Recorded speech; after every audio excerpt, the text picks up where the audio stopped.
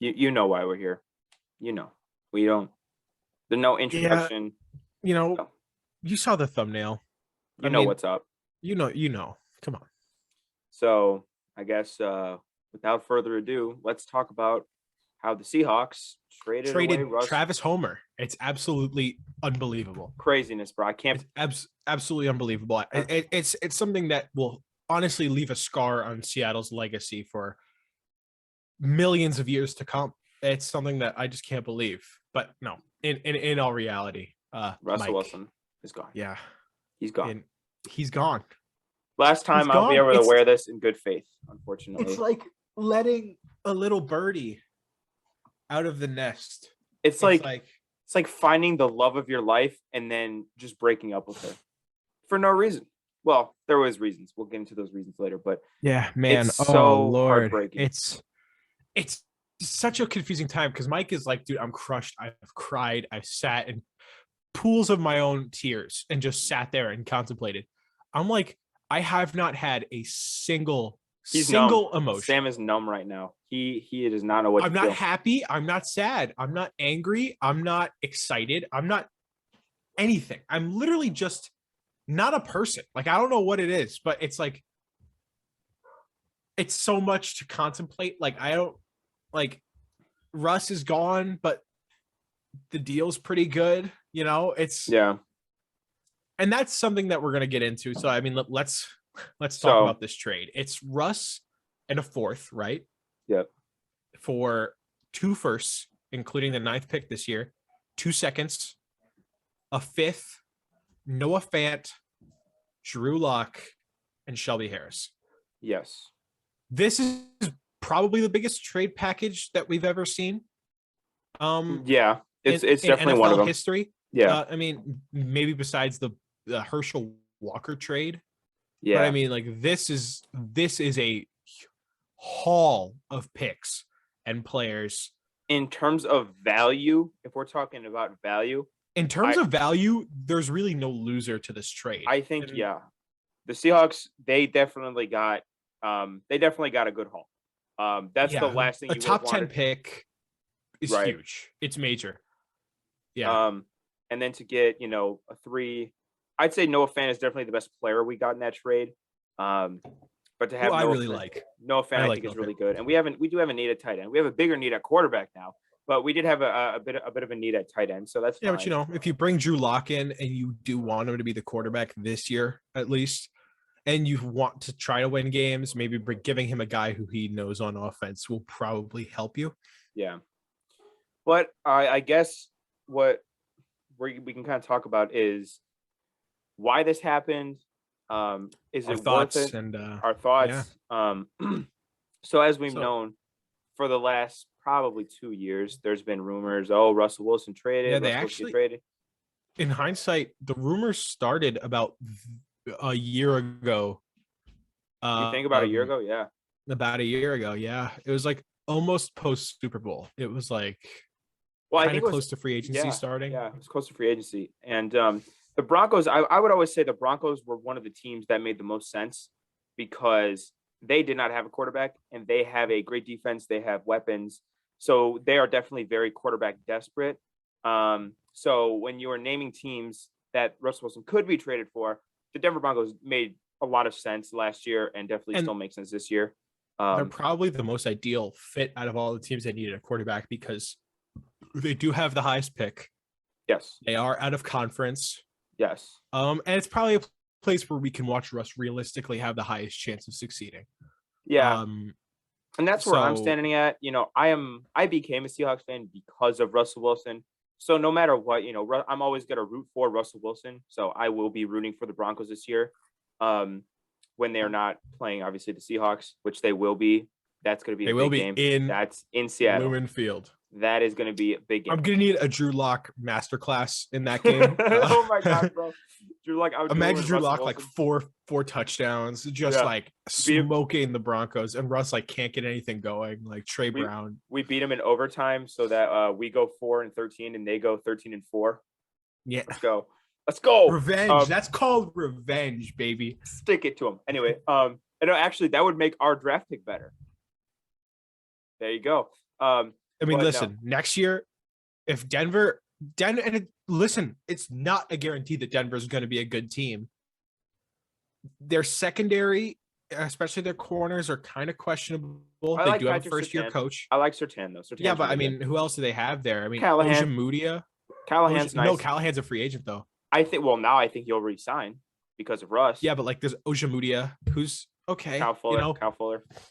He's free agent too. Yeah. He's free agent too. Yeah. But And yeah, I mean, their linebacking core is kind of weak. I mean, their offense is kind of scary, but they're in the toughest division in football. After Russ has been traded, that's the toughest division in football. when Derek Carr is the fourth best quarterback in the division, and Derek Carr is he's good. People don't get this twisted. Derek Carr is a damn good quarterback. He's a damn Derek good Carr is a quarterback. damn good quarterback. He's probably a top 10 quarterback in the league. If not, like I'd top stick him 13. close to there. Yeah, I'd stick him like yeah, 13, you know, like he's in that range. And so when he's the fourth best quarterback in the division, you're talking about some stuff. You're talking about some real stuff. And we're talking about a division where Russ might be the third best quarterback now. That's crazy. Yeah, that's crazy. So that division is loaded. So it is not a guarantee that Denver is like automatically like, it's not like we sent him to Pittsburgh or something where it's like, Pittsburgh is right now in contention for the Super Bowl because they're in a little bit of a weaker division. You don't really know what's going to happen there. But listen, I mean, it's not a guarantee that the Broncos are going to be good. That might be a middle pick next year. Yeah. So I mean, all in all, what we get this year in the 9th pick, which is much higher than much Seahawks fans are giving it credit for. That's big. The 9th pick is big. Yes. A top 10 pick is huge because that puts you in the range of, if not getting a quarterback, that puts you in the range of getting a Sauce Gardner, a top corner, a Kyle top Hamilton offensive lineman. Yes. Kyle Hamilton could drop. A Evan top Neal defensive lineman. Yeah. I mean, Thibodeau could drop to 9. Honestly, I've heard concerns about Thibodeau's actually attitude. I've actually heard concerns that he takes plays off every once in a while, and apparently he took some drills off at the combine. So I mean, you know, we could get a really good guy at number 9. So, and there's also the possibility of trading back and getting more picks, which is not insane because in this class there's not like the quarterback. You might be able to get Malik Willis at 15 or something like that if a team wants to move up and grab your guy, especially if you're fine with 2 quarterbacks. Like if you're fine with a Matt Corral or a Malik Willis or something like that, then fall back. You're probably going to get one of those guys anyways, and you get picks. So, Mike, I mean, just grade the trade. Well, what are your thoughts? I mean, I know it's kind of tough, but it is very hard for me to grade because it's hard for me to give a good grade to a team that traded away Russell Wilson. But I think what they got in return was pretty solid, to be completely honest. I heard last year they had like a god offer. I think it was the Bears who offered him like 3 firsts.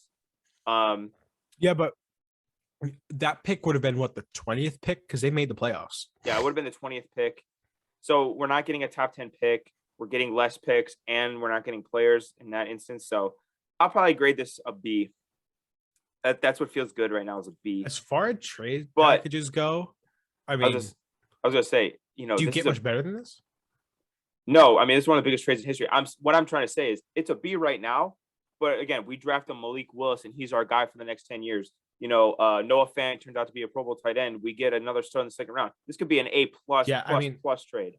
Absolutely. When I look at Malik Willis, I see a guy who is very reminiscent to me of the attitude around Patrick Mahomes coming out of college, where it was the sense that he has a rocket arm, he makes plays, but he was on a team that was never really the team, and you don't know how it's going to translate. He's a little inconsistent, and I'm not saying that Malik Willis is going to be Patrick Mahomes, but I'm saying that when you watch Malik Willis's talent, it literally jumps off the screen.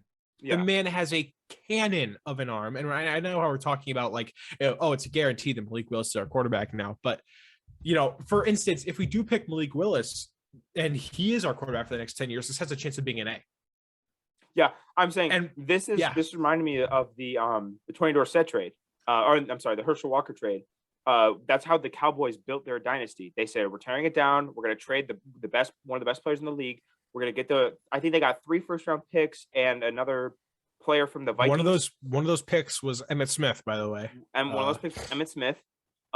So realistically, we could use this trade to rebuild for a few years and then be a dominant force once again. Obviously, it would be without Russell Wilson. And I don't even need to talk about how this saves us money if we have a rookie quarterback and blah blah blah. But yeah, I think now it's kind of like, well, what's next? This has a lot of ripple effects on the Seahawks. This is before free agency, so if you're a DJ Reed, Sidney Jones, Quandre Diggs, any of those guys, how do you feel about this? You know, I mean, do you want to resign? I wouldn't. I'd go play because contenders are going to be knocking the doors of Quandre, right? So if you go somewhere else, not only mention, I mean, DK Metcalf, not a free agent this offseason, but is he going to get next offseason? Is he going to get that extension? I mean, will he want his best bud? Mm-hmm. Russell Wilson. He called him a big brother. He spent time at his house. You know, I mean, you got to question the ripple effects. Is Tyler Lockett the same receiver that we gave a ton of money to when arguably his best trait was his chemistry with Russell Wilson? I mean, yeah. I mean, not to mention even, Rashad Penny. We got free agents all over the board, and I think Russell Wilson leaving. I think Rashad Penny is the one benefactor of this. You think so? I see this as an opportunity I can come back, and they have Drew Lock at quarterback. They're going to be running the ball 20, 30 times a game. I'm going to be able to get the goddamn ball in my hands.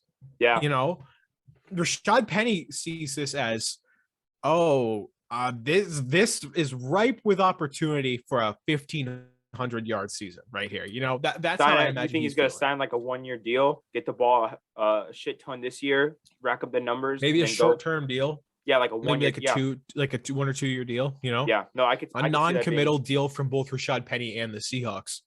I could totally see it. I mean, man, crazy. I mean, I give this pick like a B+. I mean, I give this trade like a B+. I think it's disregarding the fact that we traded Russell Wilson, which is really hard to do for a lot of Seahawks fans. It's going to take a while to really accurately grade this trade for a lot of the Seahawks fans I've talked to. But for me, kind of looking past all the fog of, did we just trade Russell Wilson? It's a phenomenal trade package. I mean, getting the picks, getting Noah Fant is the best. Getting Noah Fant as a realistic third option. When Noah Fant is your third best option, you got a pretty damn good receiving core there. That's the other thing. And he's still young. He's still young too. He's like 24, 25 years old. So he's as much as a part of the future look as it has been, ever. So you also add Shelby Harris, who as a defensive leader, that's the first thing that was said about him. He's the defensive leader of that Broncos team. What does that mean for Bobby Wagner? Bring in a defensive leader? I don't know. Maybe it's just, maybe they just like him as a player. But if they want him for his leadership qualities, do you question what is up with Bobby? Well, and that's another thing I think to consider is we traded Russ. You know what I mean? What does that mean for Bobby? What does that mean for any of the other veterans on this team? I think Bobby, I thought this before the trade. I think I mentioned in our video that we posted this morning that I think Bobby, this is his last year. Now, I'm even more confident in that after we traded Russell Wilson. So yeah, I mean, this literally changes everything about our entire offseason. Everything. Rather than going into free agency with the mindset of spend, now it's, do you even want to spend a lot of money in this offseason? J.C. Jackson out the window. Ryan Jensen out the window. Why sign J.C. Jackson at this point? No. You're not going to be good. Unless it's a 6-year deal or something crazy like that, Yeah, if you sign J.C. Jackson to a 4-year deal when we're not going to be in contention for probably at least 2 of those years, then what's the point? Yeah. Maybe he looks like a younger guy like a Carlton Davis or something like that. Where I think now the shift of free agency goes from best player available to youngest player available. Try to get that potential. Yeah. So that takes off Chandler Jones, that takes off Von Miller, that takes off, a lot of those other guys who are big names. So Yeah, I mean, man, this really just it's like it's really gonna have a massive ripple effect. It It has a really massive ripple is. effect across the entire NFL. To be completely honest with you, it Now the affects. Chiefs and the Chargers and the Raiders and especially the Broncos are going to be in that spend area where they're going to be pushing all of their chips in on trying to compete while their team is good in that goddamn division, I know. that abomination of a division. Jesus Christ. I I mean, do the jeez, man, Broncos. it's crazy. I don't know it too well. The Broncos need offensive linemen. Yeah, like their offensive line's not very good. I know they got Garrett Bowles. He's solid. I know they got Quinn Garrett Mars. Bowles is good. They have Quinn Miners. He's good. Yeah. Who's They their have center? what's his face? Dalton Reisner. He's all right.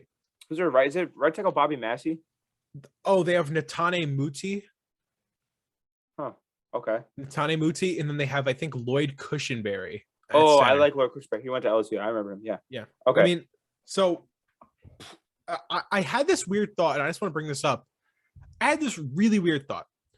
Ironically, something else that happened today was Aaron Rodgers got his money, which I would argue is one of the main things that allowed us to speed this trade up a little. Yeah, when the Broncos, I think the Broncos wanted Aaron Rodgers from The Nathaniel Broncos Hackett. probably wanted Aaron Rodgers. They missed out. And I imagine the Broncos immediately called us, and we're looking at this contract like, we're going to have to pay this goddamn guy $50 million when we don't know if we're going to be good in 2 years. Yeah. No thanks, man. It's Right. it's something like that where, okay, well, let's commit. Aaron Rodgers got his extension today. Do you try throwing a little pick at Jordan Love? Mm-mm. Like not even a fourth? Do you not even call the Packers about Jordan Love? Yeah, I wouldn't. No, I wouldn't. I don't think Jordan Love's very good. But I mean, All right, just thought. no. It's. I mean, he's a young quarterback, so I guess he's still got potential. We've barely seen him, but I think now that we're in possession of a top 10 pick, you got to go quarterback there, right? Do you remember a couple of years ago? And this was just whispers. This was nothing ever was like materialized. And I think it was 2019 before Russ signed his extension. There was a rumor that we were going to trade Russell Wilson for the first overall pick to take Kyler Murray. This situation reminds me a lot of that because they're basically saying you can have Russ. We're going to get a young guy. We're going to get younger. We're going to get cheaper, and we're going to build through that.